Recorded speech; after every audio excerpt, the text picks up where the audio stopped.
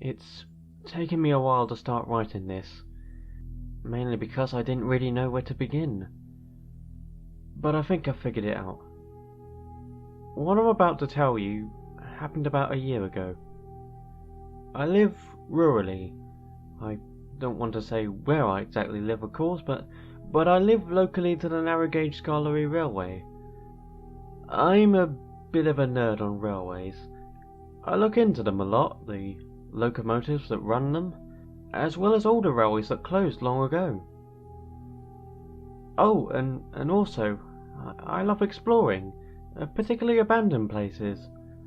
I know people often say they're scary and sometimes they might be haunted. Well, that is kind of true, and I know that after this particular incident, but I still believe that's not often the case. I find abandoned places, well, kind of beautiful, to be honest.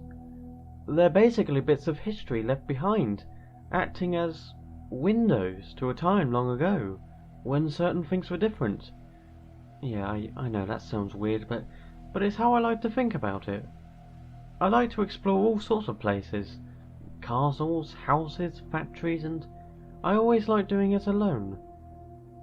That might sound very strange, but I just prefer it that way.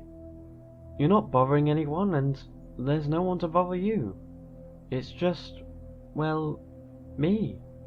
Not that I don't have any friends, I have a few, and I do hang out with them from time to time, but sometimes I just like spending time to myself.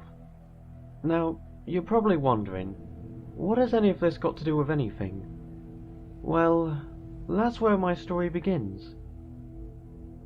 About a year ago, I was browsing through the internet, looking for any abandoned railway-related places on Sodor, because as much as I love learning about old railways, there aren't any local ones I can easily reach. Well, besides the ruins of the old Mid-Sodor Railway, which I've been to a couple of times. I looked up abandoned railways on Sodor, and nothing interesting showed, so I typed in abandoned train stations on Sodor, because I thought there must be one of those around here. As soon as I pressed enter, the first link on the list caught my attention. It went to a website detailing the history of an abandoned town called Great Waterton. I wondered how I never knew about this until now, but that didn't matter. According to the site, the town was one of the first on Sodor, and got its name based on the old waterworks in the area. The line it served was part of the Sodor and Mainland Railway, an old standard gauge line, run by these weird little box engines. No idea why they were designed like that. Anyway, apparently, the town was abandoned on October 12th of 1901, after the springs near it dried up, leading to the waterworks closing. Though, I'm not sure that was the only reason. I'll explain later. The line to this place has been ripped up, but the station and, well, the whole town is still there. Furthermore, the location of this place was not far from where I live, next to a large forest, north of the Scarlery Railway, which only made it more crazy that I never knew of this. I remember being so excited. I got more than what I was looking for, and I couldn't wait to explore this place. I did so a few days later on a Saturday.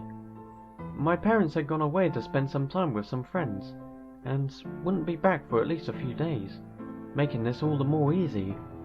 I wouldn't have to spend forever assuring them I would be fine, and, of course, I was alone. It would take about an hour to get there, but I didn't really care. Since it was spring, it wasn't too cold, but there was a slight chill, so I made sure to have a jacket on and brought a bag with various essentials, like water, snacks, and a camera. Oh, did I mention I'm into photography? I always bring my camera on these trips, mainly to capture these places, but you never know what you might unintentionally catch. I left the house in the afternoon, and went in the direction the forest was in. I'll skip over the journey since nothing interesting happened, just, well, lots of walking, until I eventually found a large forest. I admit, I I felt a little intimidated. There were no pathways leading into it, and no one, like cyclists or dog walkers, were around. I don't think people go into this forest, or at least this part of it. Once I entered, watching for anything that could trip me up, I found there was no sunlight above, due to the massive trees and their branches. I didn't really mind. It did look very beautiful, and I began taking some pictures. Wide, close-ups, the usual. I won't bore you with that stuff. I think I spent about 10 minutes just wandering in the forest, looking for anything that would maybe lead the way to Great Waterton. For a while, nothing. Then, I came across something that seemed very out of place. It looked like a massive pathway, directly in front of me.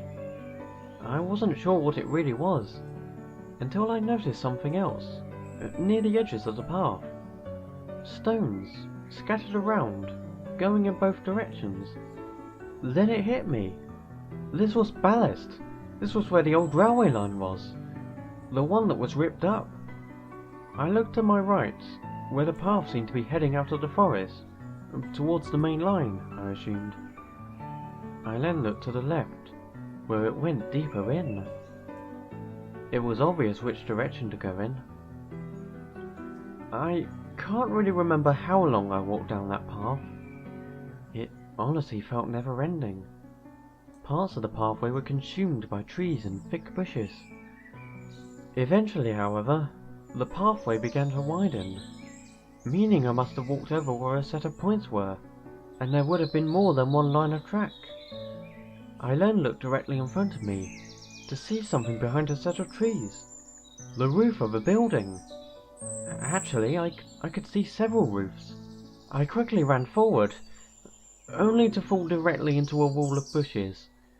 I wasn't hurt, but there were bits of leaves all over my face. I brushed them all off and walked slowly through the bushes, pushing any branches aside. Once I came out the other side, I was there. It was more than I was expecting. I honestly didn't believe there would be this much left. I thought there would just be a handful of old buildings left and nothing more. But they were everywhere. It felt like a fantasy. The first thing that caught my attention was the station. No surprise there. The building itself was almost entirely green, with moss on the walls and roof. In fact, all the buildings in the town had that exact appearance. There were only 2 platforms, covered in bushes and weeds. Interestingly though, the track that led into the station still remained. Obviously it didn't go anywhere anymore, but you would think if they were going to rip up the whole track leading here, they would do it all. Then again, the fact that this whole town hasn't been knocked down is a mystery in itself. I had a quick look inside the station. There wasn't much in there though. All the furniture was dusty, and I could see a couple of pictures still hanging on the walls. Some showed what I assumed were former station staff, while others were of those box engines. I took a few photos and stepped outside. It was now time to check out the town. I was honestly a little worried I would get lost. It felt like a maze wandering around, and most of the buildings looked the same. All the windows and doors were boarded up, meaning I wouldn't be able to look inside any of them. Still, I found it all amazing, taking photos of all the structures. Most of them were just ordinary houses, but some appeared to have specific purposes. One looked like a sweet shop. Despite all the moss, I could just make out the bright red and white colours that would naturally attract anyone's attention. There was also a garage and a massive water wheel that was both rotten and rusty. You could wonder for hours about what sort of history this place had, what it was like to live here. A little town, surrounded by nothing but pure nature. I still wonder that, although I wish I could say it was just because I was curious, and not out of pure confusion and fear. As I began to backtrack towards the station, I began to hear something strange. It sounded like a high-pitched squeal, but it definitely wasn't an animal. I immediately recognized it as a steam whistle. I wasn't concerned straight away. I at first assumed it was a whistle from one of the engines on the main line. But as I listened more closely, I realized it was too nearby to be from the main line. In fact, it sounded like it was directly outside the town. It was then I began to grow nervous. I decided to continue towards the station and maybe call it a day. The moment I took the first few steps, I could hear footsteps from behind. I instantly spun around, and there, standing a few meters from me, was a man, in a black suit, with a top hat, and a cane in his right hand. He looked like he belonged in a completely different time period. Now, I was starting to panic, at least on the inside. I still tried to breathe normally, as this strange person stared back at me. He seemed to be giving me a look of disapproval, as if I did something wrong. I was about to respond with a hello, but he spoke first. "It was foolish of you to come here," he spoke, in a gruff and almost sad tone. "This once beautiful sanctuary is now cursed. The mechanical beast that roams here has consumed all of us, and he will consume you." Before I could say anything in response to that bizarre statement, I began to see movement in the corner of my eyes. Me and that man were not alone. There were other people now. Men, women and children, all giving me the same look as the man in the suit, as if I had walked into an obvious trap, and they weren't happy that I fell for it. Now, I was really panicking. I was struggling to breathe and felt like I was going to faint. I had enough. I turned and hurried to the station. Once I was on the platform, I went towards the bushes that led into the forest. But then, I did something stupid. I decided to look back to see if I was being followed. I wish now I had just kept running. There were no people there, but there was something else. There was an engine, a rusty, filthy and devilish engine, just beyond the platform. I could tell it was a box tank. It stared at me, with eyes that I could swear were red. It began to move. It began to move towards me. Its puffing was deep and echoey. I ran as fast as what was possible. I shoved my way through the bushes, and once I was on the other side, I continued running, and never thought about stopping. I kept hearing the engine behind me, the deafening puffing and that horrifying whistle. Eventually, however, those sounds began to fade, but I still kept running. I didn't stop until I could no longer hear the engine, not only until the only thing I could hear was the gentle breeze of the trees. When I did stop, I collapsed to the ground, trying to catch my breath. I was in a heavy sweat and couldn't think straight. Was I safe? Was I still being chased? As I lay there, I listened closely to try and hear anything other than my heavy breathing. But I couldn't hear any puffing or any whistle. Everything was quiet. I finally stood up, still shaken but relieved. I had escaped. I survived. But now I found myself in another problem. How far had I run? Did I go past where I first found the pathway? I couldn't really tell. All I knew was that the direction to the entrance I went through was somewhere to my right. All I could do was go in that direction, and hope I can find my way home, and far away from this nightmare.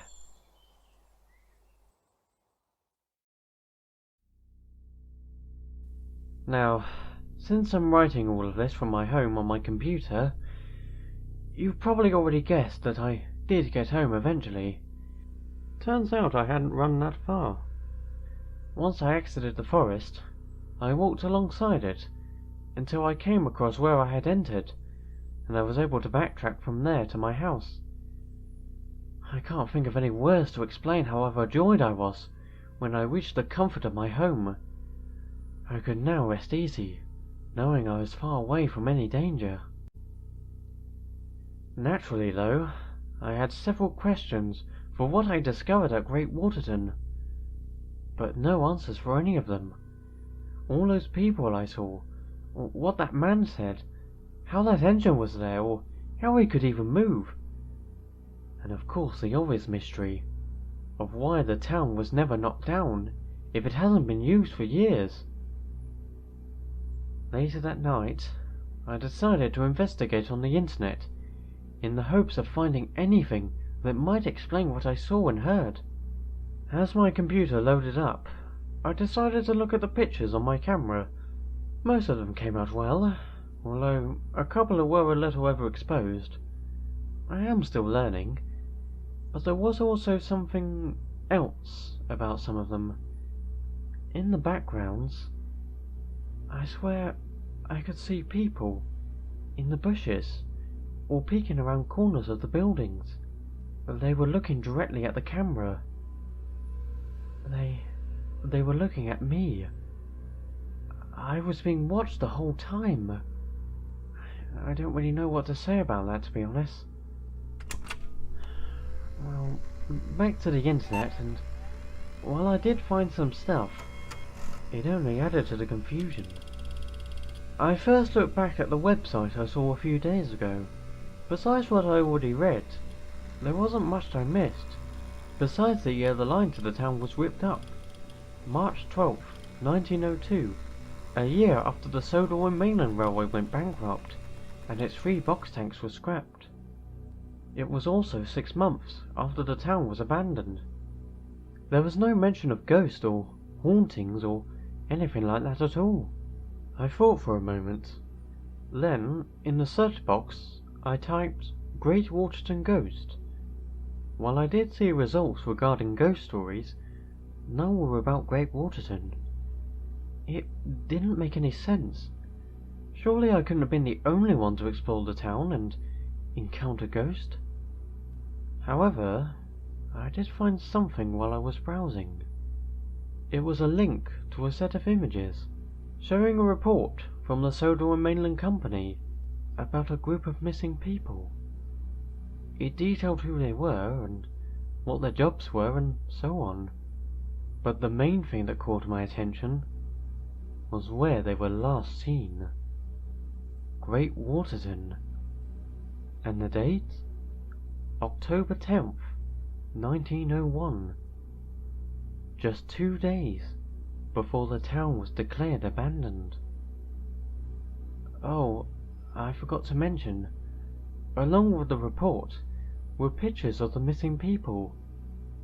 And, well, one of those people was a man in a suit, wearing a top hat and holding a cane.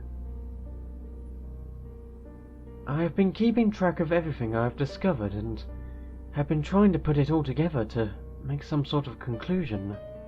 Here's what I've got. Great Waterton was served by the Sodor and Mainland Railway. The Sodor and Mainland Railway went bankrupt in 1901, and all its engines were scrapped. Later that year, a group of people went missing, and shortly afterwards, the town itself was abandoned. One of those missing people was one of the same people I saw. That man, I guess, was warning me of the thing that most likely led to his disappearance. That thing in question was the engine that chased me, and based on its design, it's safe to say it was the Sodor and Mainland engine. This engine haunts Great Waterton, which was probably the main reason everyone left it, and it had nothing to do with the springs drying up. Therefore, it is possible that the Sodor and Mainland Railway wanted to cover up the real reason and rip up the line leading to the town to prevent anyone getting hurt, or possibly something worse. Now, I'm no detective, and some of those points are more or less speculation, so make of it what you will. I wish I had more answers to this whole thing, but that's all I've got. Great Waterton, a place that is seen as just an abandoned town, hidden away in a forest. I now know there was more to that.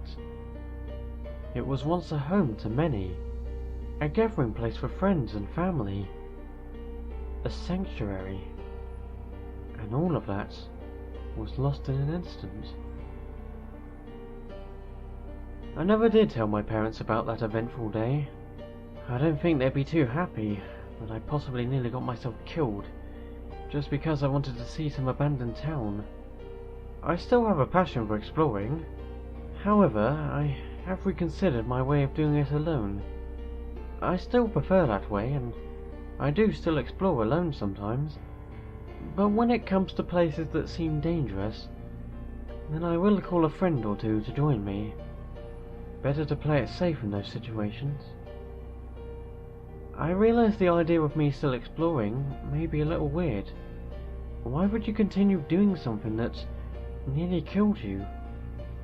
Well, besides what I said at the beginning, I suppose for me at least, it really comes down to curiosity, and a desire to see parts of our history, as opposed to just reading about it. If there's one thing this incident has made me realise, is that there can often be more to something than you first assume.